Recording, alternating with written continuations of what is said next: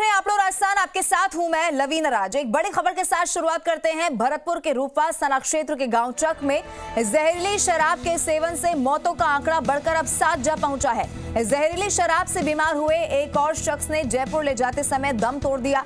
3 लोगों का अभी भी अस्पताल में इलाज चल रहा है। मृतकों में एक सरपंच का बड़ा भाई भी बताया जा रहा है। पुलिस ने शराब बेचने वाले एक व्यक्ति को हिरासत में ले लिया है। शराब बेचने में शामिल एक आरोपी भी खुद गंभीर रूप से बीमार बताया जा रहा है। रूपवास के गांव चक में काफी समय से अवैध शराब बेचने का ये धंधा चल रहा है। मृतक के भाई सरपंच रोहतम ने 2 नामजद लोगों के खिलाफ मामला दर्ज कराया। शराब सेवन करने वाले कुछ लोगों की आंखों की भी रोशनी जा चुकी थी। जांच में सामने आया कि आरोपी रामेश्वर और संतोष खुद गांव में मेथाइल और स्प्रिट से शराब बनाकर बेचते हैं। माना जा रहा है कि फॉर्मूला बिगड़ने या फिर ज्यादा मेथाइल उपयोग आने से शराब जहरीली हो गई और इसी वजह से लोगों की तबीयत बिगड़ गई। हैरानी की बात यह है कि इतनी बड़ी घटना के बावजूद आबकारी विभाग नींद में सोया हुआ है। घटना की जानकारी के लिए जिला आबकारी अधिकारी से संपर्क हमने करने की कोशिश की तो उन्होंने फोन रिसीव ही नहीं किया है। जिले में अवैध शराब सेवन से ये दूसरी बड़ी घटना सामने आई है।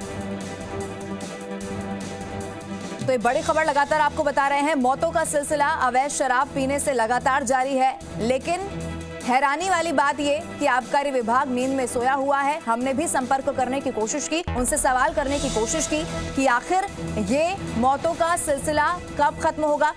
जानकारी के साथ जी मीडिया संवाददाता देवेंद्र हमारे साथ फोन लाइन पर जुड़ गए हैं। देवेंद्र, लगातार मौत का आंकड़ा बढ़ रहा है, क्या अभी तक कार्रवाई की गई है?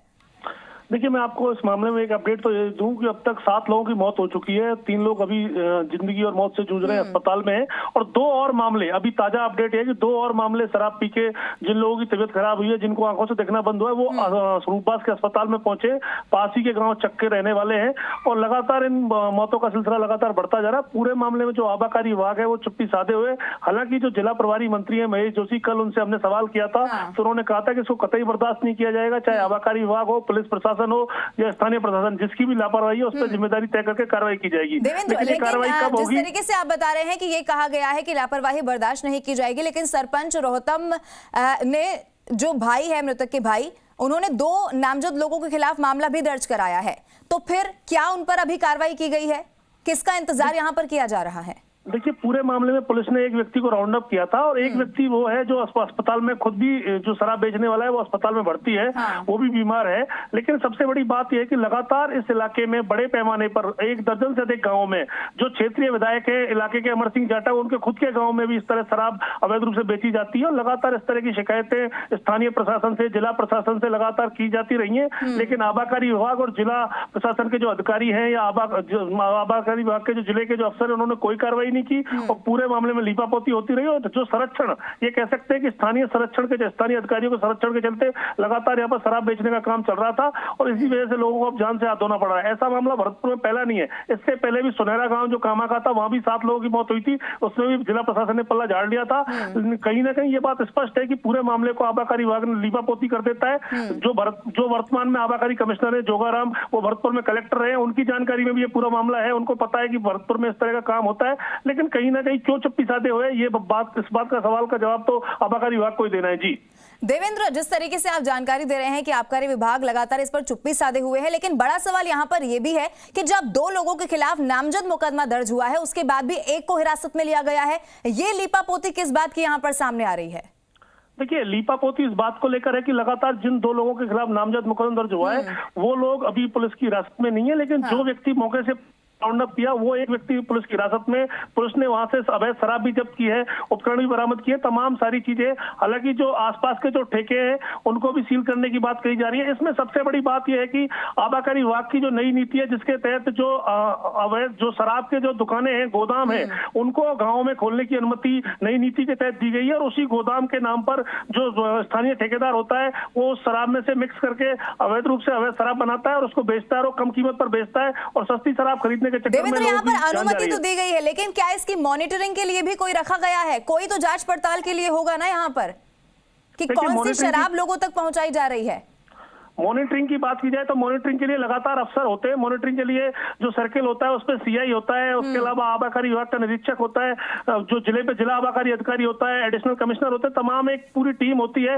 एनफोर्समेंट की एक अलग से थाना होता है, आबाकारी थाना है, वो डीग में खुला हुआ है, वो पूरा एक आबाकारी स्तर पे एक थाना भी है, लेकिन उसके बावजूद भी कोई कार्रवाई नहीं की जाती है। लगातार इसके लिए जो लोग हैं वो शिकायतों के ज्ञापन जिला कलेक्टर को, एसडीएम को देते रहते हैं, लेकिन उस पर सब उनको रद्दी की टोकरी में डाल, जब इस तरह की घटनाएं सामने आती है तब जाकर प्रशासन की नींद खुलती है। जी देवेंद्र, देखिए जिला आबकारी अधिकारी से जब संपर्क करने की हमने कोशिश की तो उन्होंने फोन रिसीव नहीं किया, लेकिन आपकी ओर से ये बताया गया कि उनके संज्ञान में ये पूरा मामला है, लेकिन उनकी चुप्पी यहाँ पर क्या मैसेज देती है देवेंद्र?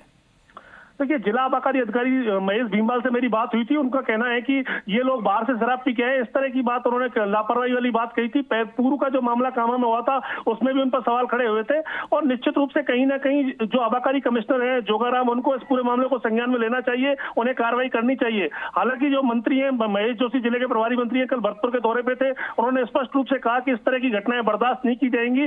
तो निश्चित रूप से कलेक्टर को संवेदनशीलता दिखानी चाहिए, मौके का निरीक्षण करना चाहिए, गाँव में जाना चाहिए। लेकिन अभी तक कल 6 लोगों की मौत के बाद, हालांकि वो अस्पताल गए, घायल जो लोग हैं उनसे मुलाकात की, लेकिन गांव में कोई भी प्रशासनिक अधिकारी जिला स्तर का गांव में नहीं पहुंचा। पुलिस के ही अफसर गांव में पहुंचे, सिर्फ अस्पताल तक ही जाकर लोगों ने अपने उसको इतनी कर ली। लेकिन अब ये माना जा रहा है कि जब मंत्री का बयान सामने आ गया है तो निश्चित रूप से कहीं ना कहीं जिले के जो अफसर होंगे, चाहे जिला कलेक्टर हो, डिविजनल कमिश्नर हो, वो गाँव में पहुंचेंगे और पूरे मामले की जानकारी लेंगे। जी देवेंद्र, गांव में पहुंचेंगे और मामले की जानकारी लेंगे, लेकिन बड़ा सवाल तो यही है ना, ये कब होगा? क्योंकि पहला मामला तो ये है नहीं।